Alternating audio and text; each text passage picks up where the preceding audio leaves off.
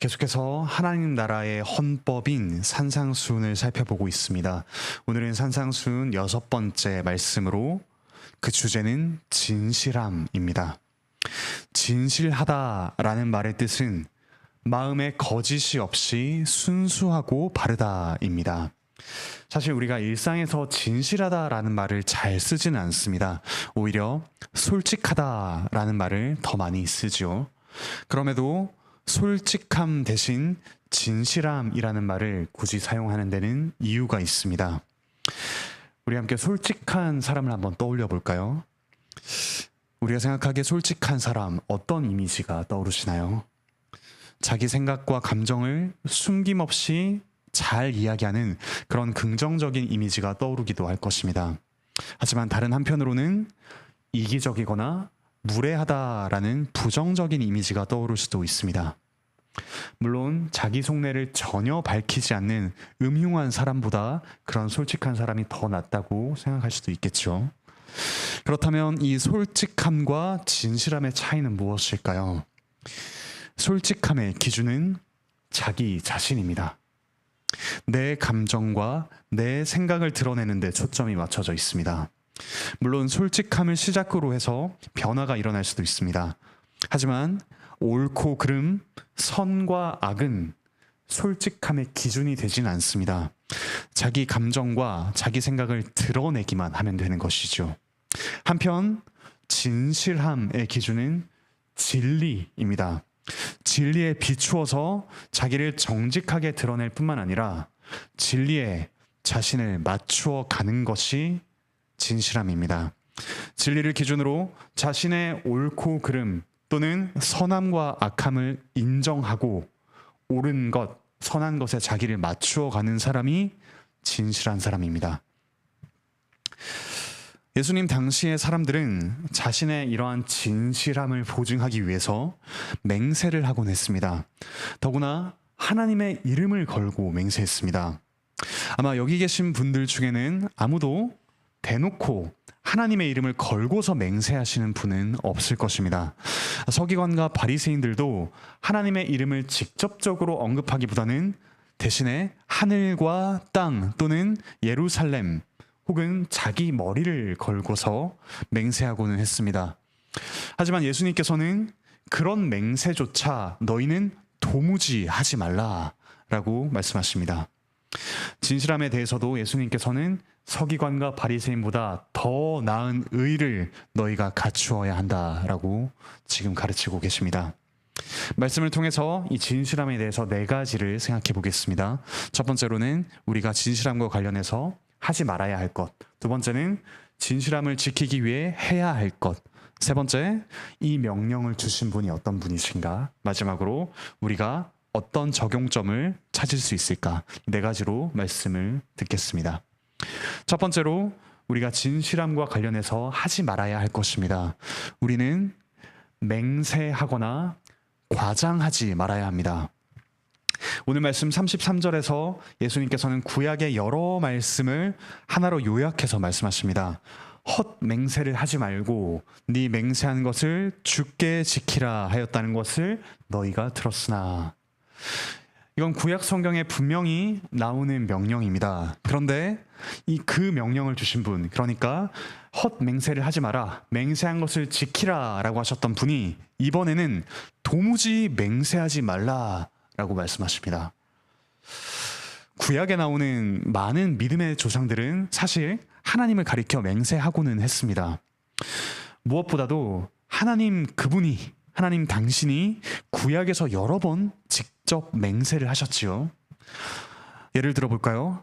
하나님의 명령대로 아브라함이 그 아들 이삭을 바치려고 하는 바로 그 순간 하나님께서는 그분 자신을 가리켜 맹세하시면서 네가 네 독자까지도 아끼지 아니한 줄 내가 알았노라. 그러므로 내가 너희에게 복을 주겠다. 너의 자손을 통해서 큰 복을 내리겠다라고 직접 맹세를 하셨습니다. 이 축복과 관련된 맹세뿐만 아니라 저주와 관련해서도 하나님께서 맹세를 하셨습니다. 이스라엘 백성들이 광야에서 정탐꾼들의 보고를 듣고 원망을 하자 하나님은 나의 삶을 두고 맹세하노니 라고 하시며 저주를 하셨습니다. 갈렙과 여호수아를 제외한 모든 성인들이 가나안 땅에 결코 들어갈 수 없으리라는 그 부정적인 내용으로도 하나님께서는 맹세를 하셨습니다. 이처럼 하나님 당신도 맹세를 하셨는데 왜 이제 와서 도무지 맹세하지 말라라고 예수님께서는 말씀하시는 걸까요? 맹세는 하나님께서 우리의 죄 때문에 허용하신 것이지 결코 장려하시는 것은 아니기 때문입니다. 마치 이 말씀 앞에 나오는 이혼과도 같습니다. 하나님께서는 사람의 완악함 때문에 이혼을 허락하셨습니다. 당시에 사회적인 약자였던 여성이 지옥 같은 결혼 생활의 피해자가 되지 않도록 하나님께서는 이혼을 허락하셨습니다. 그것도 아주 복잡한 규정을 주시고 간음이라는 그런 이유 외에는 어떤 다른 이유로도 이혼을 하지 못하도록 허용하셨죠. 이 맹세 역시 사람의 거짓됨 때문에 허락하신 것입니다. 즉 권장이 아니라 허용의 차원에서 맹세를 이해해야 합니다. 워낙 거짓말을 하는 사람들이 많다 보니 맹세를 허락하셨고 그 맹세를 반드시 지키라는 말씀을 덧붙이신 것입니다. 그러면 하나님의 맹세 또는 신약에도 사도들의 맹세가 있는데 이건 어떻게 봐야 할까 궁금하신 분도 계실 것입니다. 이 맹세는 그 맹세를 듣는 사람들이 믿음을 가질 수 있도록 배려해 주신 것입니다. 임직식이나 또 결혼식에서 하는 서약도 있죠. 그 서약은 내가 이만큼 진실한 사람입니다 라는 걸 입증하기 위해서가 아니라 그렇게 살겠습니다 라고 공적으로 자기 의지를 나타내는 것이 서약이죠. 아무튼 이런 맹세를 허락하셨다는 점을 우리가 기억하고 말씀을 계속 보면 좋겠습니다. 이 당시 맹세는 보통 하나님의 살아계심 또는 하나님의 이름을 두고 했습니다. 그러니까 지금 자신의 말을 보증하는 증인이 되어주시도록 하나님을 부르는 것이지요. 그 말이 거짓되거나 혹은 말한 대로 행하지 않는다면 하나님께서 나를 심판하여 주십시오 라고 공개적으로 구하는 것이 맹세였습니다. 상당히 엄숙한 것이 바로 이 맹세지요. 그런데 이 맹세를 하면 할수록 어떤 일이 일어날까요? 맹세 외에 일상에서 사용하는 말들, 그 평범한 말들의 신빙성이 점점 떨어집니다. 맹세하지 않고서 하는 일반적인 말들의 무게가 점점 가벼워지는 것입니다. 이건 단순히 맹세만의 문제가 아닙니다. 우리 일상의 언어들을 어떻게 사용하는가의 문제이기도 하지요. 부풀려 말하기, 수식어를 과하게 덧붙이기, 일부러 장황하게 말하기, 이런 것들 모두 맹세와 같은 맥락에서 하지 말아야 할 것들입니다. 만약에 우리의 일상의 언어가 진실해서 정말로 무게가 있다면 우리는 굳이 그러한 방식으로 말하지 않아도 됩니다.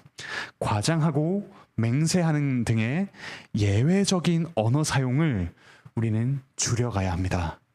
우리는 가벼운 사람이 되지 말아야 합니다. 예수님께서 맹세를 금지하시는 또 다른 이유가 있습니다. 만약에 하나님의 이름을 걸고서 맹세했는데 지키지 않으면 어떻게 될까요? 맹세한 그대로 하나님의 진노가 내립니다. 전도서 말씀 우리가 정교인 수양회 때도 살펴봤는데요. 한번 5장 말씀을 같이 읽어보겠습니다. 전도서 5장 4절부터 6절입니다.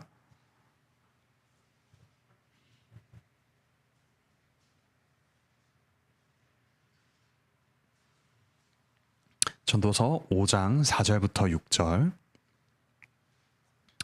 함께 읽겠습니다. 시작. 네가 하나님께 서원하였거든 갚기를 더디게 하지 말라. 하나님은 우매한 자들을 기뻐하지 아니하시나니 서원한 것을 갚으라. 서원하고 갚지 아니하는 것보다 서원하지 아니하는 것이 더 나으니 네 입으로 네 육체가 범죄하게 하지 말라. 사자 앞에서 내가 서원한 것이 실수라고 말하지 말라. 어찌 하나님께서 네 목소리로 말미암아 진노하사 네 손으로 한 것을 멸하시게 하랴. 이렇게 맹세를 지키지 못할 때는 하나님의 진노하심이 임합니다. 그래서 서기관과 바리새인들은 맹세를 지키지 못했을 때에 닥칠 위험을 피하기 위해서 하나님 대신 다른 것들을 두고 맹세했습니다. 오늘 본문 마태복음 5장 34절부터 36절에 나오는 하늘, 땅, 예루살렘, 머리가 그 예이죠. 하지만 예수님께서는 이 모든 것이 하나님과 무관한 것들이 아니라 하나님과 참으로 관련된 것들이라고 말씀하십니다. 하늘은 하나님의 보좌, 땅은 하나님의 발등상, 예루살렘은 하나님이 임재하셔서 다스리시는 성, 그리고 사람의 머리카락 한 올마저 하나님께서 주관하신다라는 사실을 분명하게 말씀하시죠. 하나님과 무관한 것은 없습니다. 그러므로 우리는 늘 하나님 앞에 있다는 사실, 우리가 말할 때나 행동할 때나 우리의 진실하심을 보시는 하나님 앞에 있다는 사실, 코람데오를 기억해야 합니다. 이제 첫 번째 내용을 정리하면 이렇습니다. 우리는 맹세하거나 과장하지 말아야 합니다. 맹세를 할수록 우리의 평범한 말들이 무게를 잃기 때문이죠. 그리고 모든 상황, 모든 때에 하나님께서 우리 말의 증인이 되시기 때문입니다. 이제 두 번째 내용을 들읍시다. 우리가 해야 할 일, 진실함과 관련해서 우리가 해야 할 일이 무엇일까요? 우리는 진실하게 살아야 합니다. 오늘 본문 37절에서 예수님께서는 진실하게 사는 것을 다른 말로 단순하게 말하는 것이라고 우리에게 알려주십니다. 37절은 이렇게 말씀하십니다. 오직 너희 말은 옳다 옳다 아니라 아니라 하라. 진실한 사람을 한번 떠올려 보실까요? 진실한 사람의 말은 단순합니다. 변명과 핑계를 대야 할 사람일수록 말이 복잡하고 길어지죠. 물론 복잡한 대상을 다룰 때는 우리의 말도 복잡해질 수밖에 없습니다. 제가 가진 핸드폰의 작동 원리를 설명해달라라고 한다면 한마디로 대답할 수는 없겠죠. 대상에 따라서 우리의 말은 복잡해질 수 있습니다. 하지만 일상적으로 많은 경우 복잡한 것은 상황이나 대상이 아니라 우리의 마음인 경우가 많습니다. 우리는 어떤 상황에서 어떤 말을 해야 하고 어떤 선택을 해야 우리에게 이익이 되는지 쉴 새 없이 계산하면서 말을 복잡하게 하게 됩니다. 우리는 일상적으로 오늘 저녁 메뉴를 무엇으로 먹을지 선택하고 혹은 누군가의 고백을 받기도 하며 아니면 진로를 선택해야 하는 등 다양한 상황을 만납니다. 하지만 그에 대해서 쉽게 대답을 하지 못하거나 복잡한 답을 내어놓는 경우가 있습니다. 때로는 어떤 선택을 하든 상관없기 때문에 그렇게 답하기도 하지만 무엇이 가장 좋은 답일지 계산이 끝나지 않았기 때문에 그런 복잡한 말 혹은 일종의 침묵을 하기도 합니다. 또는 내가 나쁜 사람이 되기 싫다는 마음을 진실하게 드러내지 못하기 때문이기도 합니다. 그런데 예수님께서는 단호하게 말씀하십니다. 오직 너희 말은 옳다 옳다 아니라 아니라 하라. 그리고 이렇게 덧붙이십니다. 이에서 지나는 것은 악으로부터 나느니라. 여기서 악이라는 말은 악한 자라고도 번역할 수 있습니다. 많은 경우 우리의 복잡한 대답은 악한 자에게서 납니다. 아담과 하와가 선악을 알게 하는 나무의 열매, 소위 선악과를 먹은 때를 한번 떠올려 봅시다. 하나님께서는 이 열매에 대해서 아주 단순하게 말씀하셨습니다. 네가 먹는 날에는 반드시 죽으리라. 먹으면 죽는다. 단순하게 말씀하셨습니다. 하지만 뱀과 하와의 대화를 한번 볼까요? 창세기 3장 1절부터 6절을 한번 조금씩 보시면서 말씀을 들으시면 좋겠습니다. 먼저 뱀이 묻습니다. 하나님이 참으로 너희에게 동산 모든 나무의 열매를 먹지 말라 하시더냐. 사실 하나님께서는 동산 모든 나무의 열매를 먹되 한 가지만 금지하셨죠. 사실과는 다른 걸 가지고 사탄이 질문했습니다. 뱀이 질문했습니다. 그렇다면 하와는 이런 뱀의 질문에 어떻게 답해야 됐을까요? 한마디면 됩니다. 아니, NO라고 한마디로 대답하면 됐었습니다. 하지만 하와의 대답을 보십시오. 동산 나무의 열매를 우리가 먹을 수 있으나 동산 중앙에 있는 나무의 열매는 하나님의 말씀에 너희는 먹지도 말고 만지지도 말라 너희가 죽을까 하노라 하셨느니라. 아니라고 대답하면 됐을 그 간단한 질문에 복잡하게 대답하는 모습을 볼 수 있습니다. 하나님의 단순한 말씀에 무언가를 더하고 그 의미를 희미하게 만드는 것이 하와의 대답이었습니다. 왜 그랬을까요? 하와의 마음에서 계산이 시작되었기 때문입니다. 창세기 3장 6절에서 그 계산이 끝납니다. 여자가 그 나무를 본즉 먹음직도 하고 보암직도 하고 지혜롭게 할 만큼 탐스럽기도 한 나무인지라 여자가 그 열매를 따먹고 자기와 함께 있는 남편에게도 주매 그도 먹은지라. 근데 여기서 하와만 잘못했을까요? 아닙니다. 6절 끝을 잘 보십시오. 자기와 함께 있는 남편에게도 주매라고 했습니다. 아담은 뱀과 하와가 대화를 나눌 때 곁에 있었습니다. 그렇다면 아담이라도 여기서 뱀의 말을 가로막고서 아니, no라고 단순하게 대답을 해야 했습니다. 하지만 아담 역시 침묵하며 여기에 동조했습니다. 이어지는 하나님의 질문에 아담은 복잡하게 대답하면서 비겁하게 책임을 회피합니다. 창세기 3장 12절입니다. 하나님이 주셔서 나와 함께 있게 하신 여자 그가 그 나무 열매를 내게 주므로 내가 먹었나이다. 이처럼 진실하지 못할 때 우리의 말은 장황해집니다. 쉽게 말하지만 쉽게 그 책임으로부터 역시 벗어나고자 합니다. 우리에게 필요한 것은 복잡한 핑계가 아니라 단순한 대답 그리고 그 말에 일치하는 단순한 행동입니다. 이처럼 진실하게 사는 것은 우리의 생각과 말과 행동이 진리와 일치하는 것, 진리와 일치하기에 단순하게 말하고 행동하는 것입니다. 아까 진실함은 솔직함과 다르다고 말씀드렸습니다. 우리의 생각이 성화되지 않고 밖으로 나온다면 이런 솔직한 말들은 죄송한 말이지만 배설과 다를 게 없습니다. 입으로 하는 배설과 같습니다. 마가복음 7장 21절부터 23절 제가 읽어드리겠습니다. 속에서 곧 사람의 마음에서 나오는 것은 악한 생각, 곧 음란과 도둑질과 살인과 간음과 탐욕과 악독과 속임과 음탕과 질투와 비방과 교만과 우매함이니 이 모든 악한 것이 다 속에서 나와서 사람을 더럽게 하느니라. 아마 저와 여러분 속에 있는 것들은 우리 자신이 가장 잘 알 것입니다. 우리의 생각이 실시간으로 우리의 이마 위에 자막으로 표시된다면 어떤 일이 일어날까요?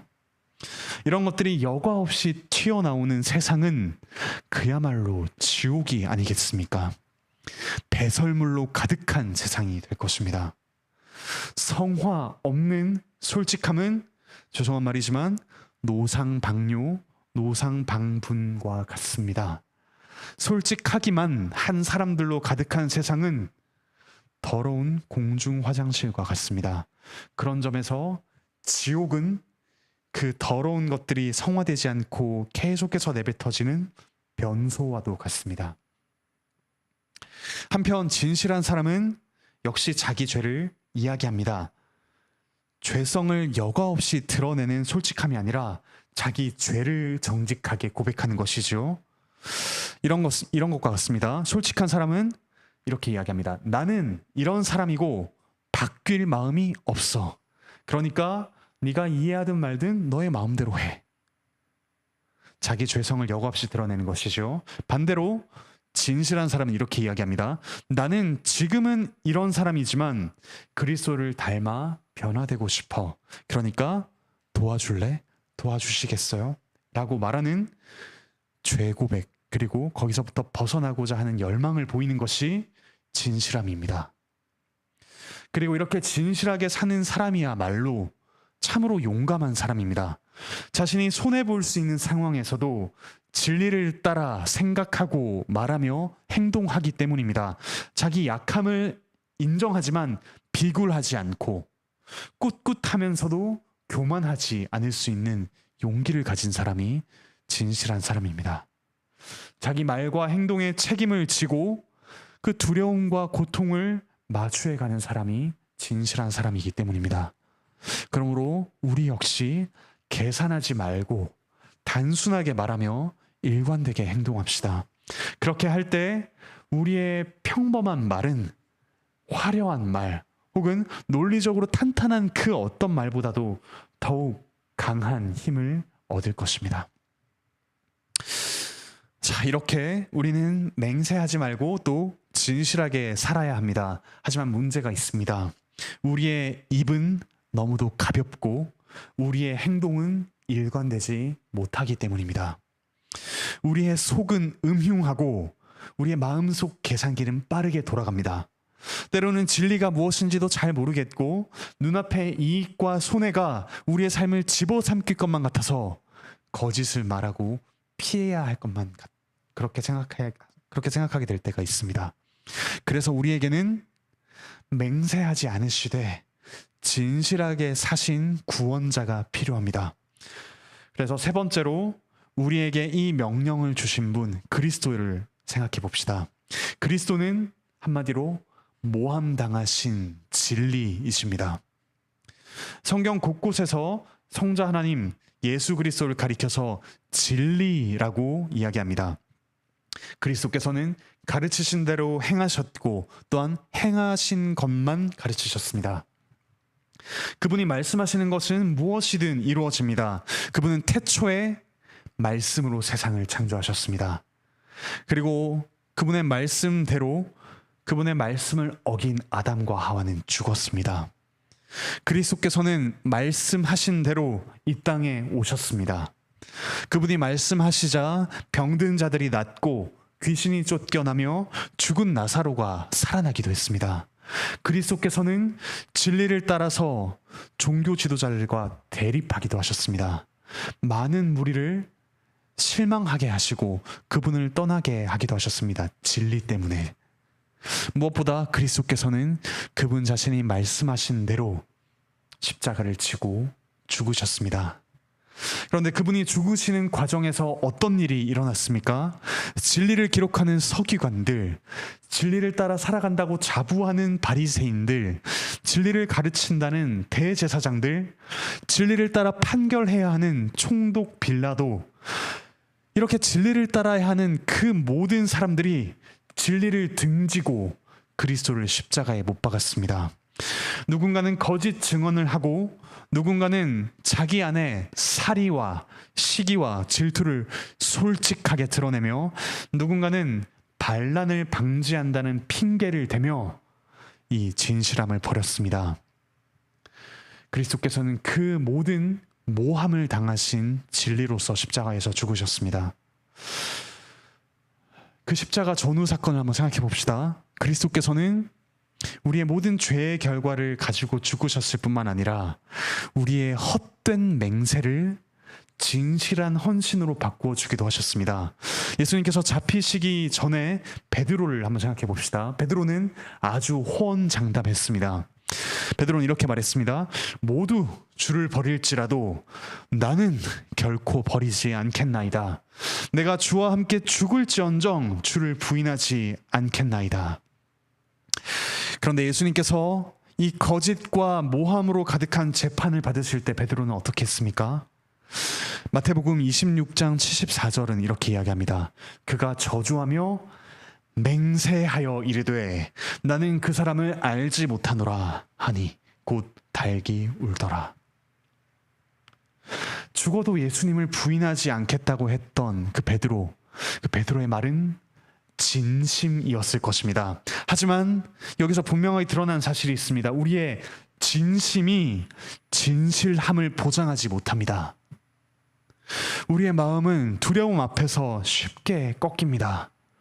호언장담했던 베드로는 3번이나 주님을 부인했습니다. 사랑하는 형제자매 여러분, 우리 자신의 진심을 믿지 맙시다. 그리고 반대로 또 한 가지 기억해야 될 것은 우리의 꺾인 마음, 이 진실을 지키지 못했다는 이 꺾인 마음 상태도 믿지 마시기 바랍니다. 왜냐하면 예수님께서는 그렇게 마음이 꺾인 베드로를 찾아와 다시 그를 일으키셨기 때문입니다. 이렇게 3번 물으셨습니다. 요한의 아들 시몬아, 네가 나를 사랑하느냐? 예수님의 이 질문에 베드로는 호언장담하지는 못합니다. 그리고 겸손하게 3번 대답을 하죠. 내가 주님을 사랑하는 줄 주님께서 아시나이다. 그러자 예수님께서 또 3번 말씀하십니다. 내 양을 먹이라. 내 양을 먹이라. 내 양을 먹이라. 이 주님의 말씀이 베드로를 다시 일으키고 이제 베드로가 참으로 진실하게 헌신할 수 있게 해 주었습니다. 사랑하는 관악교회 형제자매 여러분, 주님은 우리의 거짓과 변덕과 나약함과 또 핑계대는 습관을 모두 아십니다. 우리는 자주 주님을 모함합니다. 우리는 자신의 죄를 마주하기 싫기 때문에 주님의 공의가 너무 엄격하다라고 이야기합니다. 나와 잘 맞지 않는 이들을 사랑하기 싫기 때문에 주님의 사랑이 너무 과합니다라고 이야기합니다. 복음을 전하기가 두렵기 때문에 전도를 명하신 주님이 미련하십니다라고 이야기합니다. 우리가 인내하기가 힘들기에 하나님의 섭리가 너무 더딥니다라고 이야기합니다. 하지만 그리스도께서는 우리처럼 그리고 아담처럼 핑계대지 않으셨습니다. 그리스도께서는 하나님이 주셔서 나와 함께 있게 하신 안용준, 하나님이 주셔서 나와 함께 있게 하신 관악교회, 그가 죄가 많아서, 그가 사랑하지 않아서, 그가 전도하지 않아서, 그가 인내하지 않아서, 그가 변화하지 않아서 내가 그를 버렸나이다 라고 하지 않으십니다. 도리어 그분은 우리가 죄가 많기 때문에, 우리가 사랑하지 않기 때문에, 우리가 인내하지 않기 때문에, 변화되지 않기 때문에 우리를 위해 자신을 내어주셨습니다. 우리가 진실해질 수 있는 유일한 방법은 이처럼 진실하신 분 안에 머무는 것입니다. 계산하지 않고 우리를 위해 일관되게 사신 그 주님을 보십시오. 두려워하셨음에도 하나님의 저주, 그 십자가를 지신 그리스도를 보십시오. 죽으면서까지 우리의 거짓과 죄를 모두 안고 죽으신 우리의 참 신랑 그리스도를 보십시오. 우리를 위해 모함당하신 진리 그리스도 안에 깊이 머무시길 바랍니다. 그때 우리는 핑계대지 않고 그리스도를 닮아 진실하게 살아갈 힘을 점차 얻습니다. 고린도후서 1장 20절 말씀인데 같이 한번 읽어보시겠습니다. 고린도후서 1장 20절입니다.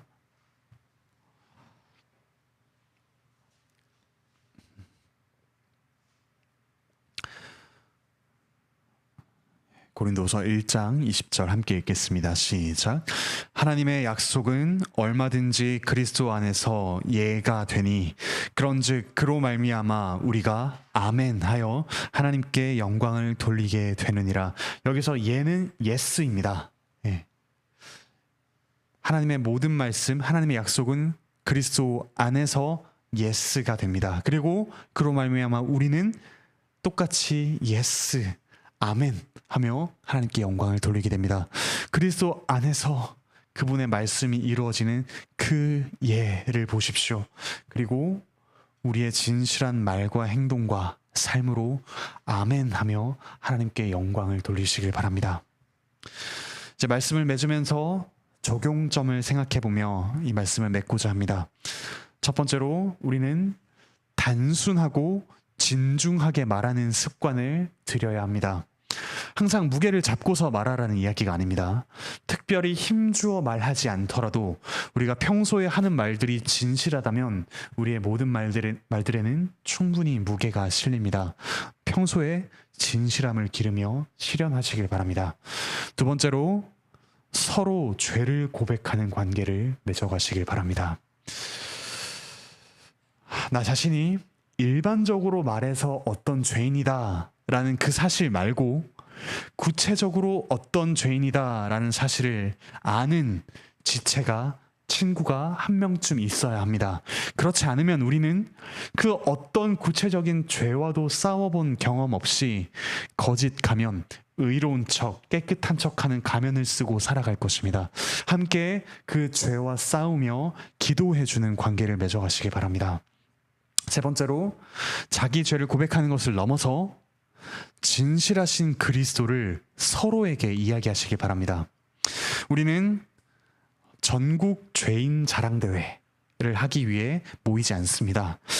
우리 한 사람의 죄도 감당하기 어려운데 어떻게 다른 사람의 죄까지 모두 감당할 수 있을까요? 하지만 그리스도 앞에 우리 서로의 죄를 가져갈 때 죄의 무게는 경감됩니다. 죄를 이길 힘을 얻을 수 있습니다. 우리를 위해 진실하게 사시고 죽으신 분, 부활하셔서 약속대로 다시 오실 그분을 서로에게 이야기하시길 바랍니다. 진실하신 분이 어떻게 이런 거짓된 나를 지금 깊이 만나주시고 변화시켜 가시는지 그 과정을 나누시길 바랍니다. 함께 주님을 예배하는 진실한 예배 공동체가 되시기 바랍니다. 마지막 적용점입니다. 우리가 속한 모든 곳에서 진실한 문화를 만들어 가시길 바랍니다. 조금만 눈 감고 모르는 척하면, 또는 진실 90%에 거짓 10%만 보태면 우리에게 이익이 되는 상황들이 펼쳐집니다. 나의 실적과 능력을 과장하고 다른 이들을 깎아내리는 그런 문화가 만연해 있습니다. 이곳에서 진실하게 살기란 참으로 쉽지 않습니다. 진실함이란 곧 손해를 감수하면서 일관되게 살아가는 삶이기 때문입니다. 하지만 그리스도께서 진실하게 십자가 그 저주와 죽음마저도 지셨다는, 그것을 감당하셨다는 사실을 기억합시다. 그분의 진실한 죽음으로 우리가 거짓을 이기고 진실하게 살아갈 수 있게 되었습니다. 그런 진실한 나라, 진실한 현실, 하나님 나라가 이미 시작되었습니다. 그러므로 손해보더라도 진실하게 살아가는 편을 택하십시오. 그 하나님 나라를 소망하고 누리며 진실한 문화를 만들어 가시길 바랍니다. 진실하신 주님께서는 그분의 말씀대로 반드시 다시 오십니다. 그때는 거짓이 참 현실이 아니라 손해를 보면서 그 모든 현실을 진실하게 마주해간 이 진실함이 참된 현실이 됩니다. 그날을 소망하며 진실하게 살아가는 우리 모든 관악교회 형제자매 되시길 바라고 축복합니다.